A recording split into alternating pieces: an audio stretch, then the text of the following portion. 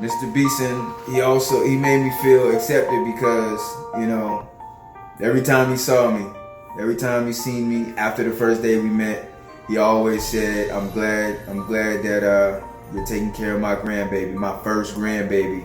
I'm glad that she found someone like you. He always praised me, said I'm doing good. I think right now what's important to Dad is family. Taking care of Mom, taking care of his home. He likes to have little projects to do, taking care of us, his kids, and and making sure everybody in his family is okay. That's important stuff for him, and seeing his family, that's important as well. I think I inherited Dad's work ethic, and I think I inherited his ability to lead. I think I inherited his model of, respect is earned, and to not really care about whether you like me or not, but just respect me.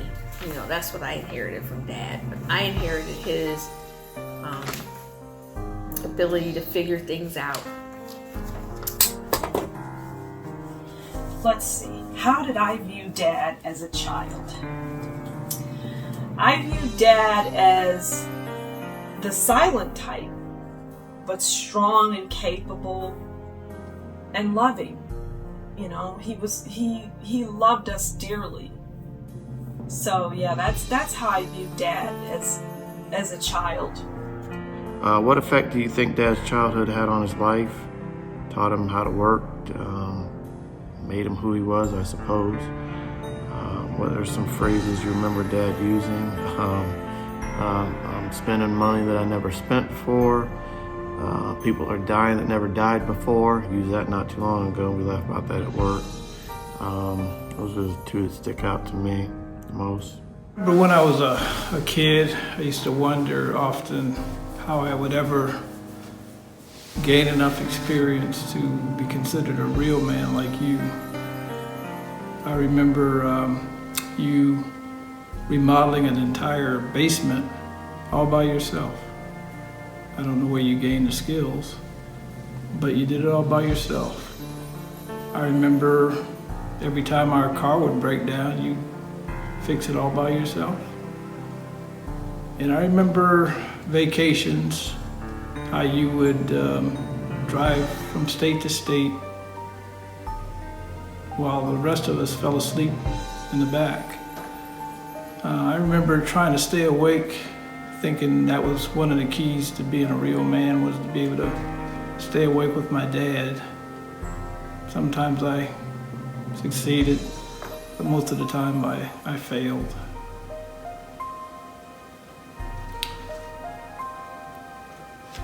I remember growing up being extremely proud when people would say I look like you, mainly your sisters. They'd go on and on about that, and I was always honored and proud to be like my dad. I first met Mr. Beeson over 30 years ago as Tyra's friend.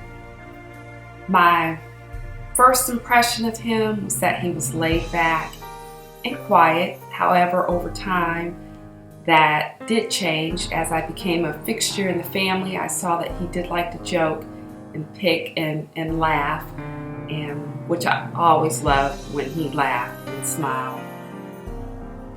I see his role in the family as a steadfast rock. No matter what the gathering, it's not complete unless he's there, whether he's sitting off to the side or whether he's in the mix. It's just not complete without him. Whew! Okay. Camp Breeze represents to me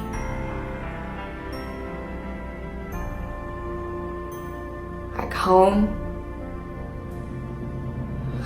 A safe haven. He represents to me what a father is and what a grandfather is. He's one of the few men that give me a basis for what I want to have for a significant other. So he represents a lot to me as far as what a man should be.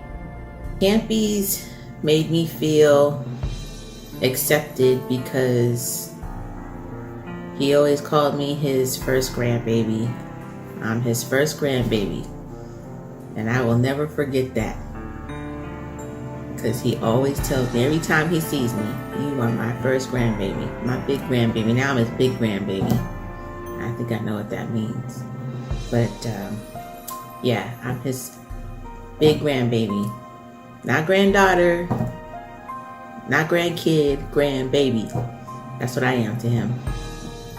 Campy's to me is my great-grandfather. Yeah, he's the coolest great-grandfather because he like the way he does his hair and like he wears his clothes and his clothes are cool. So yeah. Is there a funny saying that Campy says? Is that right? I admire your success and your health, and I wish you a very, very, very happy birthday. Love you, Campy's.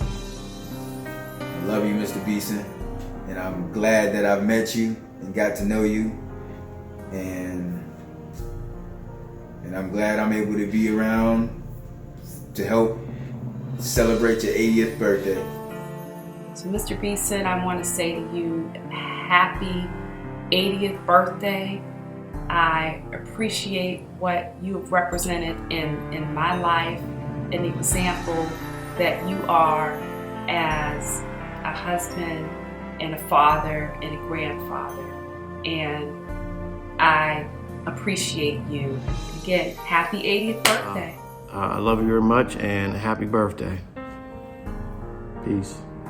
Just want you to know that I love you very much and I'm appreciative of you and everything that you have done for me and for the family. And I miss you a lot every day. And I hope that you have a good birthday, and I love you so much. That I always looked up to you, and I always felt like no one ever measured up to you, Daddy. It's gonna be hard for me to find that dude. But anyway, that's all. And happy birthday, Daddy. Dad, the one thing I'd like for you to know is how much I respect you, how much I appreciate you, and how much I love you.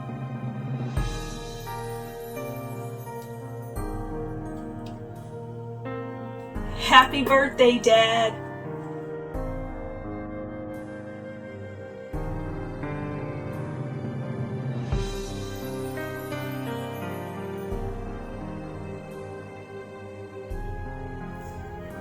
Happy birthday, Campy's. We love you. Well, Dad, I hope this will be a memorable day for you. I hope having family and friends around will bring you much joy. Happy 80th birthday.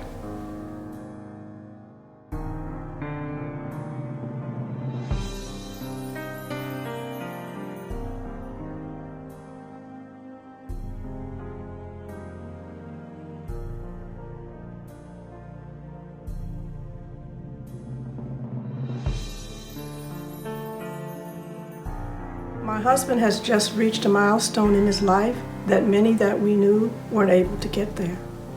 He looks positively at life, regardless of struggles and obstacles he's had to endure. He's always had a strength and a remarkable intuition.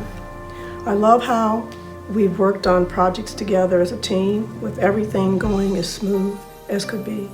We haven't had any real projects lately that requires us working together, but that's okay because he has his '58 Chevy, which gets you up in the morning and sends you to bed at night. That's perfectly all right, because as long as that part comes the next day, all is right with the world. I love how you've been supportive of everything I've set out to do, and being so generous and making me feel that nothing's too good for me, that I deserve the best. And lastly, I'm thankful that I was blessed to still be here to help you celebrate this milestone in your life. Happy 80th birthday, Val. I love you.